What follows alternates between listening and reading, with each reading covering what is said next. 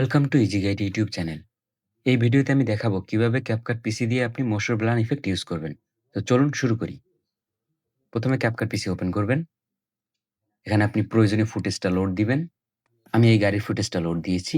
এটাতে আমি motion blur effect use করে দেখাবো। তো ভিডিওটা সিলেক্ট থাকা অবস্থায় আপনি ভিডিও বেসিক এখানে ড্রপ ডাউনে একটু নিচে নামবেন। এখানে অনেকগুলো অপশন আছে দেখতে পাবেন। এখানে নিচে নামার পর দেখতে পাবেন মোশন ব্লার। এটা চেক মার্ক দিবেন আপনি।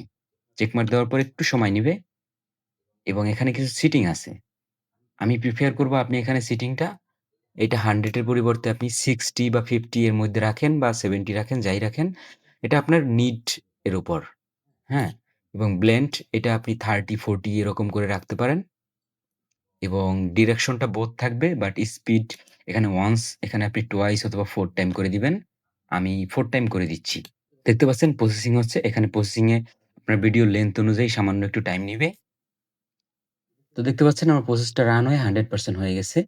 তো এখন যদি আমি এটা প্লে করি, এখানে কিন্তু আমার স্পষ্ট ব্লার ইফেক্টটা চলে আসবে। এই দেখছেন? দেখুন, এখানে আমি পজ করলাম। ভিডিওর মাঝখানে দেখুন, এই যে ব্লার। আমি যদি এটা অফ করে দেই, ডিসট্যান্সটা দেখতে পারছেন? আমি যদি চাই এখানে 30% করতে পারি, ব্লেন্ড ইফেক্টটা আরেকটু 20% নিতে পারি। এটা আপনার নিড এর উপর নির্ভর করবে। তো আমি এটা ফুল প্লে করি। স্পিডিং গাইডের সাথে একটা মোশন ব্লার ইফেক্ট ইউজ করা হইছে। একদম স্মুথ। তো আমি ওটা অফ করে প্লে করার পর দেখেন,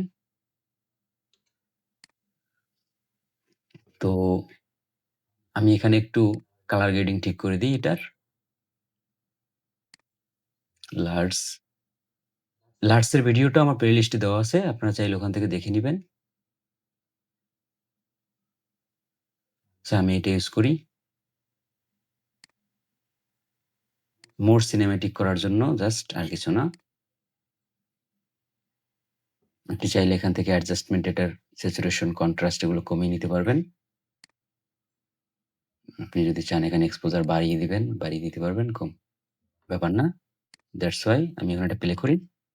দেখুন, it's look more cool and effective. তো এভাবেই আপনারা মোশন ব্লার আপনার ফুটেজে ইউজ করতে পারবেন ক্যাপকাট পিসি দিয়ে। লার্জ ইউজের ভিডিওটা আমার প্লেলিস্টে দেওয়া আছে। ওটা আপনি চাইলে দেখে নিতে পারেন। কোন রকম সমস্যা হলে কমেন্টসে জানাবেন। আমি 100% কমেন্টসে রিপ্লাই করব এবং সাবস্ক্রাইব করে দিবেন আমার চ্যানেলটা। ধন্যবাদ।